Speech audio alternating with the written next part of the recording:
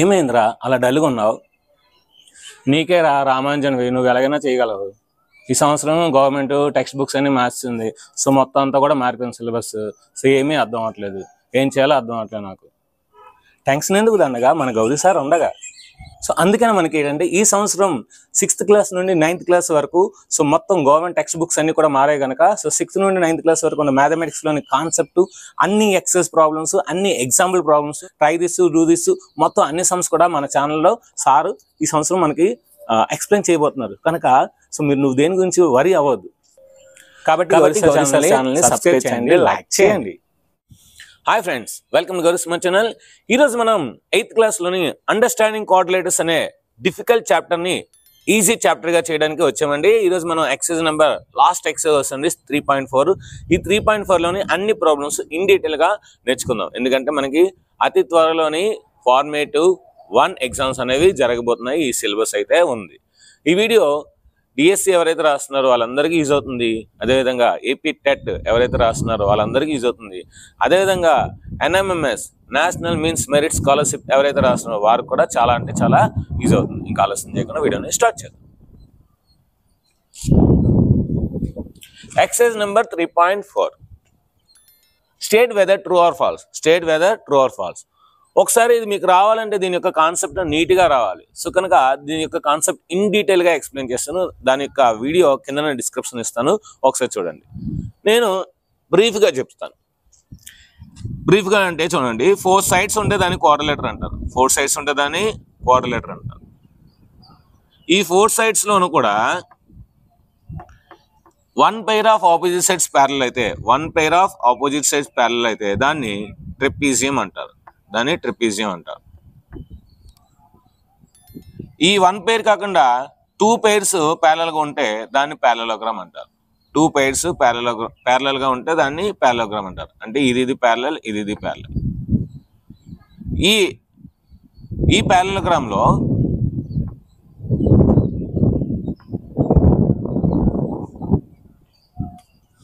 ప్యారలలోగ్రామ్లో any two adjacent sides are equal, then that is called rhombus.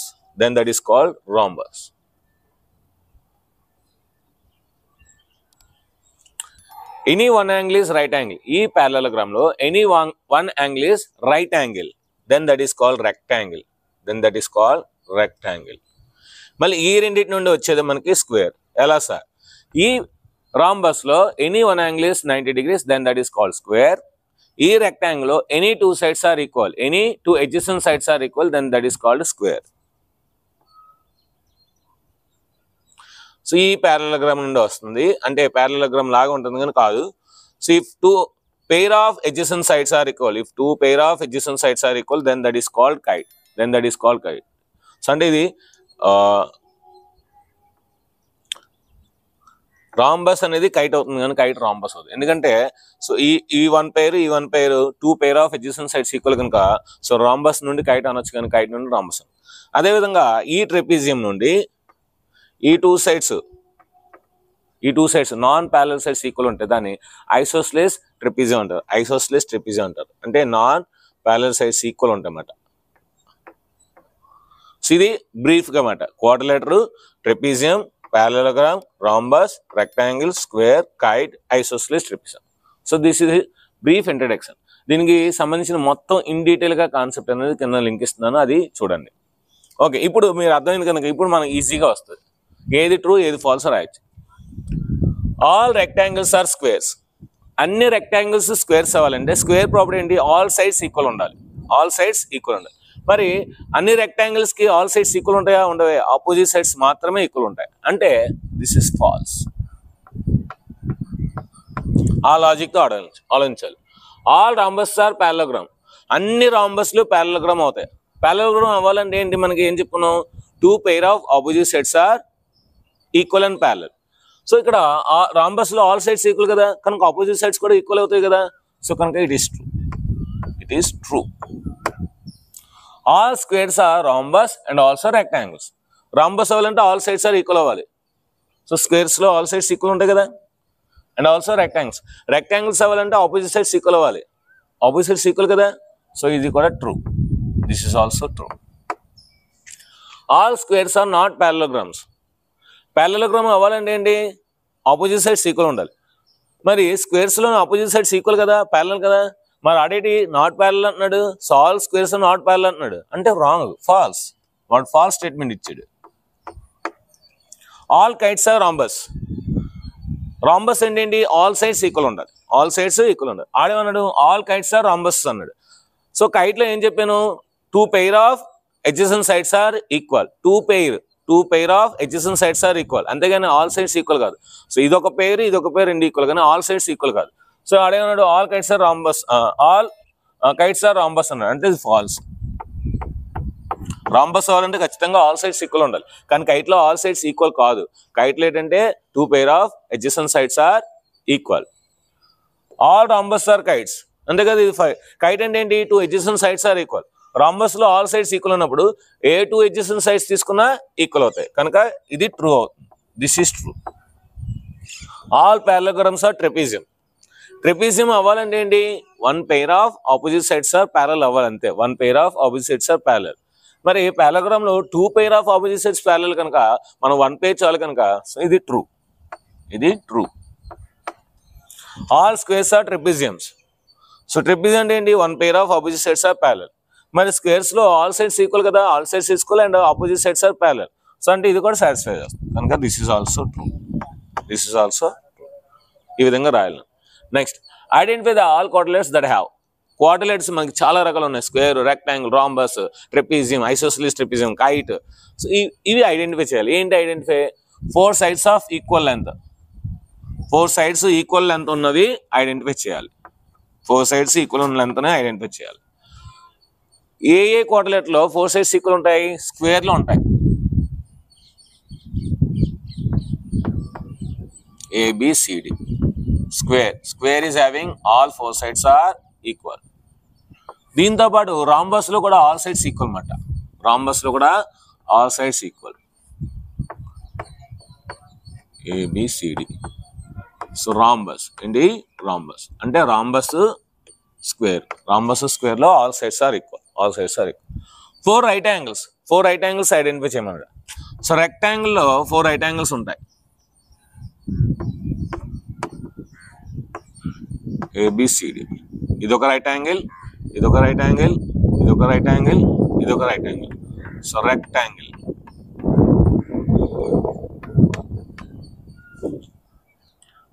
Rectangle తో పాటు square లో కూడా all four angles are equal, right angles. Square,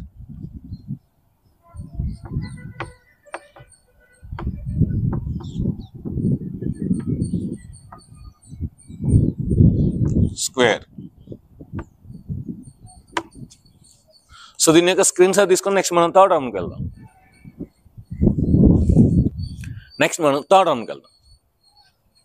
explain how a square is. ఒక square అంట quadrilateral ఎలా అవుతుంది, parallelogram ఎలా అవుతుంది, రాంబస్ ఎలా అవుతుంది, రెక్టాంగిల్ ఎలా అవుతుందో అడుగుతున్నాడు. స్క్వేర్ యొక్క ప్రాపర్టీ ఏంటి, all sides are equal. First thing అంటే స్క్వేర్ లోని అన్ని సైడ్స్ ఈక్వల్ ఉంటాయి. సో స్క్వేర్ లోని మనం తీసుకున్న స్క్వేర్ లోని ఏంటి, స్క్వేర్ యొక్క ప్రాపర్టీస్ మనం తెలిస్తే ఈ నాలుగుకి ఆన్సర్స్ ఈజీగా రాయొచ్చు. All sides are equal, square లోని అన్ని సైడ్స్ ఈక్వల్ ఉంటాయి. AB is equal to BC is equal to CD is equal to DA. Diagonals equal గా ఉంటాయి. AC is equal to BD, AC is equal to BD. Next, diagonals అనేవి bisecting చేసుకుంటాయి. అంటే ఇది O అనుకుంటే AO is equal to OC, BO is equal to OD. అన్ని angles equal ఉంటాయి, అవి రైట్ యాంగిల్స్ అన్నమాట. Angle A is equal to angle B is equal to angle C is equal to angle D is equal to right angle. Diagonals perpendicular bisecting each other, అంటే AC is perpendicular to BD. ఇన్ని properties ఉన్నాయి squares కి, ఓకేనా. So ఇన్ని properties ఉన్నాయి కనుక so ఇవి square అనేది క్వాడ్రిలేటర్ ఎలా అవుతుంది, ప్యారలోగ్రామ్ ఎలా అవుతుంది, రాంబస్ ఎలా అవుతుంది, రెక్టాంగిల్ ఎలా అవుతుందో చూపించమన్నాడు, ఓకేనా. క్వాడ్రిలేటర్ అంటే ఏంటి, a polygon with four sides. Polygon కి ఫోర్ సైడ్స్ ఉంటే అది క్వాడ్రిలేటర్ అవుతుంది. చాలా సింపుల్ గా చెప్పొచ్చండి. క్వాడ్రిలేటర్ అవ్వాలంటే ఏంటి, అదొక పాలిగాన్ అవ్వాలి, ఫోర్ సైడ్స్ ఉండాలి. మరి స్క్వేర్ లోని ఫోర్ సైడ్స్ ఉన్నాయి, ఇది పాలిగాన్ కదా. సో కనుక ఇది రాయొచ్చు answer. Square is a Square is a polygon with 4 sides.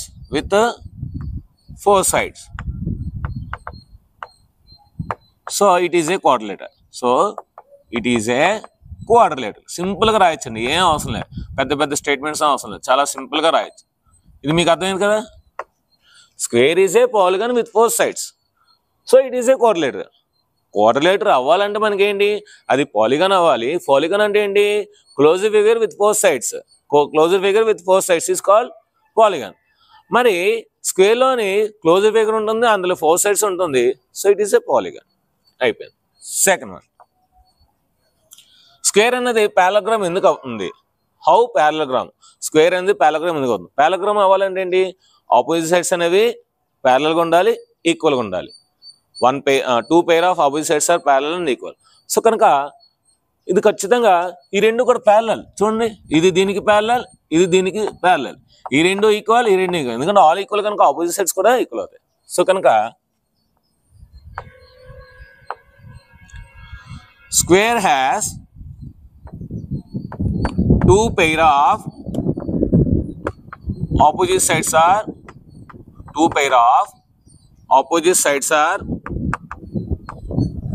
equal and parallel.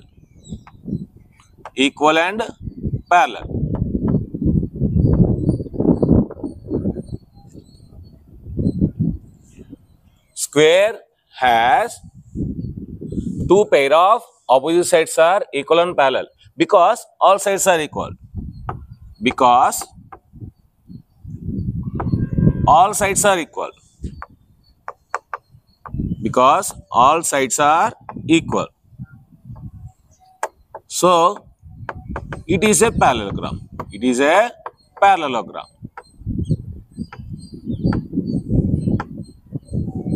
చాలండి, ఈ డెఫినేషన్ చాలు.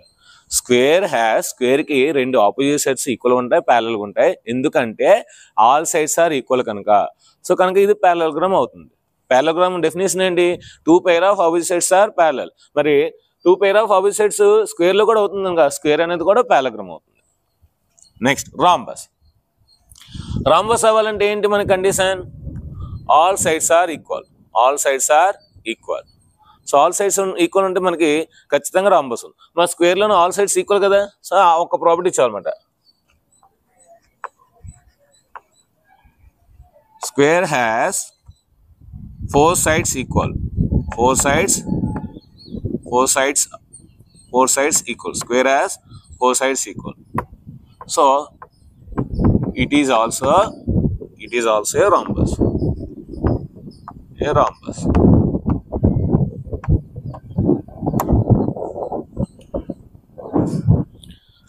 Square has 4 sides equal. All sides are equal in a square. So it is a rhombus. Rhombus అవ్వాలంటే ఏంటి, a quadrilateral which is having 4 sides equal, then that is called rhombus. So 4 sides equal ఉంటే దాన్ని rhombus అంటారు. మరి square అవ్వాలంటే ఏంటి, all sides are equal, all angles are equal. Angles కూడా equal అవ్వాలి. యాంగిల్స్ కూడా ఈక్వల్ అయితే అప్పుడు అది స్క్వేర్ అవుతుంది. మరి ఆ rhombus లో మన యాంగిల్స్ గురించి చెప్పాల్సింది. Next rectangle. రెక్టాంగిల్ అవ్వాలంటే ఏంటి, opposite sides are equal. Opposite sides equal, 2 pair of opposite sides are equal, and diagonals also equal. Square loni opposite sides equal ఉంటాయి, diagonals కూడా equal ఉంటాయి. సో కనుక square has opposite sides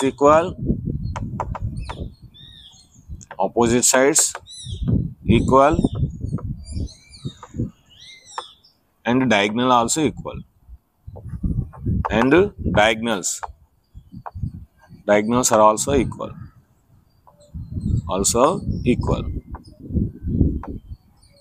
So it is a rectangle.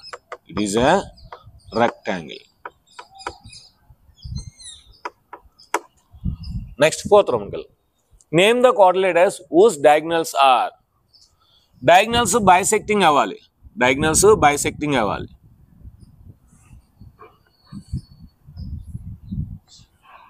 చూడండి, నేను A B C D parallelogram తీసుకుంటున్నాను.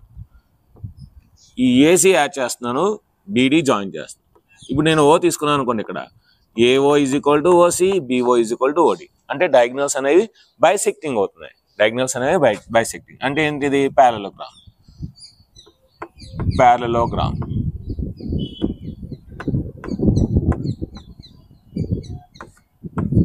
Next రెండోది, దీన్ని కొంచెం ఇలా జరుపుతాను. దీన్ని కొంచెం ఇలా జరిపితే ఏమొస్తుంది? రెక్టాంగిల్ వస్తుంది. ఏమొస్తుంది? రెక్టాంగిల్. రెక్టాంగిల్ ఒకటి చూడండి, ఈ రెండు జాయిన్ చేస్తే ఇవి కరెక్ట్గా బైసెక్టింగ్ అవుతుంది ఇక్కడ కూడా. సో ఏంటిది? రెక్టాంగిల్.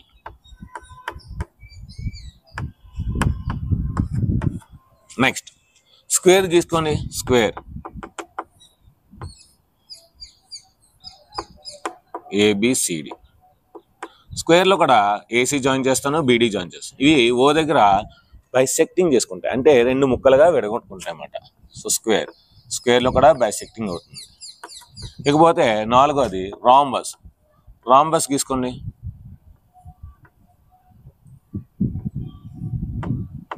ఏబిసిడి. ఇక్కడ కూడా రాంబస్లో కూడా ఏంటి? రెండు ముక్కలుగా విడగొట్టుకుంటాయి. రాంబస్ అంటే మీరు ఈ 4 ఫిగర్లో ఏ ఫిగర్ తీసుకున్నా సరే మీకు AO is equal to OC అవుతుంది, BO is equal to OD అవుతుంది. ఈ 4 ఫిగర్లో ఏ ఫిగర్ తీసుకున్నా ఈ కండిషన్ సాటిస్ఫై అవుతుంది. అంటే name the coordinators whose diagonals are bisecting each other. Parallelogram అవుతుంది, రెక్టాంగిల్ అవుతుంది, స్క్వేర్ అవుతుంది, రాంబస్ అవుతుంది. Name the coordinator whose diagonals are perpendicular bisecting each other. ఇప్పుడు ఏంటి? ఓన్లీ బైసెక్టింగ్ అయితే చాలు. ఇప్పుడు ఏమన్నాడు? రెండోది పర్పెండిక్యులర్ ఉండాలి, అంటే ఇలా ఉండాలి. ఖచ్చితంగా డయాగ్నల్స్ ఇలా ఉండాలి. ఇలా ఉంటే బైసెక్టింగ్, ఇలా ఉన్నా బైసెక్టింగ్. ఓకేనా? పర్పెండిక్యులర్ అంటే ఈ రెండు డయాగ్నల్స్కి 90 degrees యాంగిల్ ఉండాలి. మీరు బాగా అబ్జర్వ్ చేస్తే ఇది 90 degrees, ఇది 90 degrees. అంటే ఒక స్క్వేర్లోనే రాంబస్లోనే మాత్రమే 90 degrees ఉంటుంది. సో కనుక మనం క్లియర్గా చూపించవచ్చు 90 degrees. ఏబిసిడి స్క్వేర్ తీసుకున్నాను నేను, ఇది ఒక డయాగ్నల్ రాసాను, ఇది ఒక డయాగ్నల్ డ్రా చేస్తున్నాను. బాగా అబ్జర్వ్ చేస్తే చూడండి 90 degrees, ఎగ్జాక్ట్గా 90 degrees ఉంటుంది. రాంబస్లో క్లియర్గా కనబడుతుంది. రాంబస్లో మనం క్లియర్గా చూపించవచ్చు. స్క్వేర్ అంటే కొద్దిగా అటు సైడ్ వెళ్తుంది కనుక రాంబస్ అవసరం లేదు. చూడండి ఇది ఒక డయాగ్నల్, ఇది ఒక డయాగ్నల్, ఇది 90 degrees, ఇదంతా 90 degrees. అంటే ఇక్కడ ఏంటి కండిషన్ ఏంటి? AC is perpendicular to BD. AC is perpendicular to BD అంటే ఏటేట్ అవుతుంది మనకి? అక్కడ స్క్వేర్ అవుతుంది, square, rhombus, square and rhombus. Next మూడోది, name the coordinators whose diagonals are equal. Diagonals equal అవ్వాలంట. డయాగ్నల్స్ ఈక్వల్ అవ్వాలంటే చూడండి స్క్వేర్లోని ఇది ఎంత అయితే ఉంటుందో ఇది కూడా అంతే ఉంటుంది. రెక్టాంగిల్లోని ఇది ఎంత అయితే ఉంటుందో ఇది కూడా అంతే ఉంటుంది. అంటే మనం ఏం రాయొచ్చు ఇక్కడ? స్క్వేర్ రెక్టాంగిల్, ఆ rectangle square. ABCD. So AC ఎంత అయితే ఉంటుందో బీడీ కూడా అంత ఉంటుంది స్క్వేర్లో. రెక్టాంగిల్లో కూడా ఏసీ ఎంత అయితే ఉంటుందో బీడీ కూడా అంత ఉంటుంది. ఏసీ ఎంత అయితే ఉంటుందో బీడీ కూడా అంత ఉంటుంది. రెక్టాంగిల్. సో ఇక్కడ కండిషన్ ఏంటి? AC is equal to BD. AC is equal to beedi. So దీని యొక్క స్క్రీన్ షాట్ని చాలా జాగ్రత్తగా తీసుకోండి. నెక్స్ట్ మనం 5th ప్రాబ్లంకి వెళ్దాం. ఇప్పుడు మనం 5th ప్రాబ్లంకి వెళ్దాం. Explain why a rectangle is a convex polygon or convex quadrilateral. Rectangle అంట కాన్వెక్స్ క్వాడ్రిలేటరల్ ఎందుకు అవుతుందో అంటున్నారు. ముందు కాన్వెక్స్ క్వాడ్రిలేటరల్ అంటే ఏంటో మనకు తెలిస్తే ఆటోమేటిక్గా రెక్టాంగిల్ ఎందుకు అవుతుందో చెప్పవచ్చు ఈజీగా. So first of all convex quadrilateral అంటే ఏంటి? So convex polygon, concave polygon రెండు ఉంటాయి. ఓకేనా? సో కాన్వెక్స్ పాలిగాన్ అంటే ఏంటంటే మనం ఆ కాన్వెక్స్ పాలిగాన్లో లేదంటే కాన్వెక్స్ క్వాడ్రిలేటరల్లో మనం గీచిన డయాగ్నల్స్ అన్ని కూడా అందులోనే ఉండాలి. ఫస్ట్ థింగ్ డయాగ్నల్స్ అన్ని కూడా అందులో ఉండాలి. సో అంటే ఏదైతే క్వాడ్రిలేటరల్ ఉన్నాయో డయాగ్నల్స్ అన్ని కూడా ఇన్సైడ్ ఆఫ్ ది క్వాడ్రిలేటరల్ ఉంటాయి, అది convex polygon or convex quadrilateral. అదేవిధంగా అందులో మీరు ఏ యాంగిల్ తీసుకున్నా, ఏ ఇంటీరియర్ యాంగిల్ తీసుకున్నా అది లెస్ దాన్ 180 ఉండాలి, లెస్ దాన్ 180 ఉండాలి. ఈ రెండు కండిషన్స్ సాటిస్ఫై చేస్తే దానికి ఖచ్చితంగా కాన్వెక్స్ పాలిగాన్ లేదంటే కాన్వెక్స్ కోరిలేటర్. సో చూడండి, ఇప్పుడు మనకి రెక్టాంగిల్ డ్రా చేసాం అనుకోండి.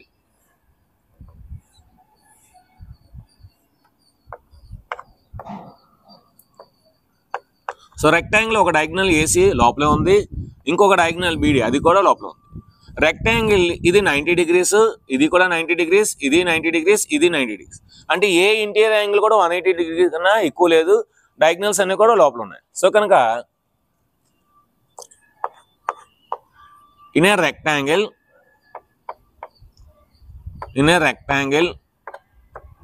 all diagonals are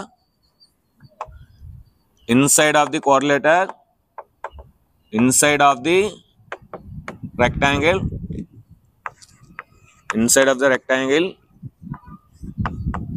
and all angles are less than 180 degrees, which means 90 degrees,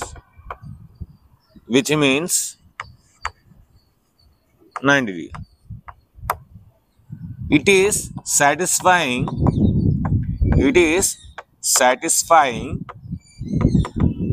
convex quadrilateral properties,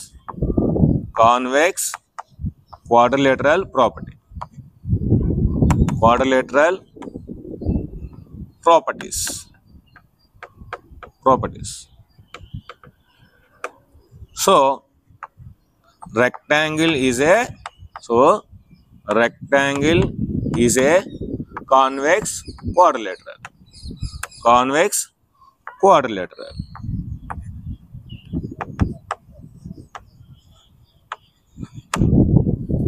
next మనం లాస్ట్ ప్రాబ్లం, ఈ ఎక్సర్సైజ్ లో ఉన్న లాస్ట్ ప్రాబ్లంకి వెళ్దాం. ABC is a right angle triangle. ABC అనేది ఒక రైట్ యాంగిల్ ట్రయాంగిల్. డయాగ్రామ్ కూడా వాడిచ్చాడు, B దగ్గర 90 degrees అని చెప్పాడు. ABC is a right angle triangle and O is the midpoint of the side opposite to the right angle. Right angle కి opposite side AC. ఆ ఏసీలోని ఓ అనేది mid point అంట, ఏసీకి మిడ్ పాయింట్ అంట. అయితే మనకి ఏం అడుగుతున్నాడంటే ఎక్స్ప్లెయిన్ చేయమంటున్నాడు. ఏం ఎక్స్ప్లెయిన్ చేయమంటున్నాడు? Why O is the equal distance from A BC. O అంట ఏ నుండి బి నుండి సి నుండి ఈక్వల్ డిస్టెన్స్ లో ఎందుకు ఉందని అడుగుతున్నాడు. ఓ అనేది ఏ నుండి బి నుండి సి నుండి ఈక్వల్ డిస్టెన్స్ లో ఎందుకు ఉందని అడుగుతున్నమాట. సో దీనికి వాడే కూడా ఇస్తాడు మనకి హెల్ప్ చేయడానికి. ఈ ఏడి సిడి ఓడి అనే ఒక రెక్టాంగిల్ డ్రా చేశారు. అంటే ఇలాంటి రైట్ యాంగిల్ ట్రయాంగిల్ ఆపోజిట్ లో గీసారు అనమాట. అంటే ఇక్కడ డి దగ్గర కూడా మనకి ఏంటి 90 degrees, డి దగ్గర కూడా ఏంటి 90 degrees. మరి మనకి ఇది ఒక రెక్టాంగిల్ అని తెలుస్తుంది, ఎలా తెలుస్తుంది? మరి ఇది 90 degrees, ఇది 90 degrees, అంటే రెండు కలిపితే 180. మరి ఈ రెండు కలిపితే ఎంత అవుతాయి? 180. సో అంటే ఇది కూడా ఖచ్చితంగా ఎంత అవ్వాలి? 90 అవ్వాలి. ఇది కూడా ఎంత అవ్వాలి? 90 అవ్వాలి. అంటే మనకి ఏబిసి అనేది ఒక రెక్టాంగిల్ అనేది వస్తుంది అన్నమాట. By drawing ఏ డ్రా చేసాం ఇక్కడ మనం? AD and CD. By drawing AD and CD which are equal to దేనికి ఈక్వల్? AD అనేది BC కి equal. which are equal to BC and CD అనేది దేనికి equal? AB. Now ABCD is a rectangle. ABCD ఏమొచ్చింది? Rectangle వచ్చింది. మరి A B C D rectangle అయితే diagonals ఏంటి మనకి? ఈక్వల్ అని తెలుసు. డయాగ్నల్స్ అనేది మనకి ఈక్వల్ అని తెలుసు కనుక AC is equal to BD. అదేవిధంగా AC is equal to BD కదా. సో ఏసీని బై 2 చేయండి, దీన్ని బై 2 చేయండి, దీన్ని బై 2. ఏసీ బై 2 అంటే ఏం రాయొచ్చు మనం? ఏఓ రాయొచ్చు. AO is equal to BD by 2 అంటే ఏం రాయొచ్చు మనం? బిఓ రాయొచ్చు. ఏసీ బై 2 అంటే ఏసీలో ఆఫ్ ఏఓ రాయొచ్చు. బీడీ బై 2 అంటే బిఓ రాయొచ్చు. ఓకేనా? నెక్స్ట్ మళ్ళీ AC is equal to BD తీసుకుంటున్నాను. AC is equal to BD. మళ్ళీ ఏసీని బై 2 చేస్తాను, బీడీని బై 2 చేస్తాను. ఇప్పుడు ఏసీ బై 2 అంటే ఓసీ కూడా రాయొచ్చు కదా. ఏసీలో ఆఫ్ అంటే ఓసీ కూడా రాయొచ్చు కదా, సిఓ లేదంటే సిఓ. బీడీ బై 2 అంటే మళ్ళీ బీఓ రాస్తాను.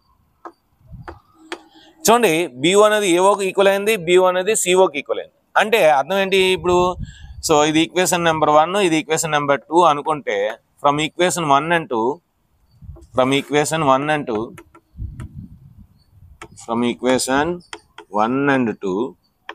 ఏం రాయొచ్చు మనం? AO is equal to BO is equal to CO, అంతే కదా. సో ఏఓ అనేది బిఓకి ఈక్వల్ అయింది, బిఓ అనేది సిఓకి ఈక్వల్ అయింది కనుక AO is equal to BO is equal to CO. AO BO CO అంటే ఏంటి? ఏ నుండి ఓకి డిస్టెన్స్, బి నుండి ఓకి డిస్టెన్స్, సి నుండి ఓకి డిస్టెన్స్ అన్ని ఈక్వల్ అయ్యాయి కదా. అదే అడిగారు కదా, explain why O is equal distance from ABC. So this is the reason. So they are equal distance. ఎందుకు మెయిన్ రీజన్ ఏంటి? అది రెక్టాంగిల్ అవుతుంది. సో మనం అలాంటి రైట్ యాంగిల్ ట్రయాంగిల్ అటు సైడ్ డ్రా చేస్తే అది రెక్టాంగిల్ అవుతుంది కనుక. సో రెక్టాంగిల్లో ఏంటి? Diagonals are bisecting each other. Since diagonals are bisecting each other, diagonals are bisecting each other. ఇది రీజన్ అన్నమాట. దీని యొక్క స్క్రీన్ షాట్ తీసుకోండి. ఇది ఫ్రెండ్స్ ఈరోజు వీడియో మాట. వీడియో మీకు చాలా బాగా అర్థమైందనుకుంటున్నాను. మీకు రాబోయే ఫార్మేట్ ఎగ్జామ్కి ఖచ్చితంగా ఇది యూజ్ అవుతుంది. అదేవిధంగా సమ్మేటివ్ ఎగ్జామ్స్ కూడా చాలా అంటే చాలా యూజ్ అవుతుంది. డిఎస్సికి ఇలాంటి మంచి మంచి లాజికల్ బిట్స్ ఇస్తాడు. సో ఈ కాన్సెప్ట్ తెలిస్తే లాజికల్ బిట్స్ ఈజీగా అటెంప్ట్ చేయొచ్చు అన్నమాట. సో వీడియో మీకు నచ్చితే ఖచ్చితంగా మంచి మంచి కామెంట్స్ ఇవ్వండి. సో మై హంబుల్ రిక్వెస్ట్ మాట. సో మీకు నచ్చితేనే ఇవ్వండి, నచ్చకపోతే ఇవ్వద్దు. ఒకవేళ ఇందులో ఏమైనా తప్పులు ఉన్నా సరే మీరు చెప్పండి, నేను దాన్ని రెక్టిఫై చేసి నేను కామెంట్ సెక్షన్లో పిన్ చేస్తాను, డిస్క్రిప్షన్లో పెడతాను. సో కనుక వీడియో నచ్చితే మీరు ఖచ్చితంగా మంచి మంచి లైక్స్ ఇవ్వండి. అదేవిధంగా మన వీడియోని మీరు ఎక్కడెక్కడ నుంచి వస్తున్నారో మీ యొక్క పేరు, మీ యొక్క స్కూల్ పేరు, మీ యొక్క ఊరి పేరు, మీ యొక్క స్టేట్ పేరు కూడా రాయండి. సో వీడియో నచ్చితే లైక్ చేయండి, షేర్ చేయండి, కామెంట్ చేయండి, సబ్స్క్రైబ్ చేయండి, మీ ఫ్రెండ్స్ అందరికీ షేర్ చేయండి. Thank you very much. By. If you like this video, you just like and subscribe the channel and share this video.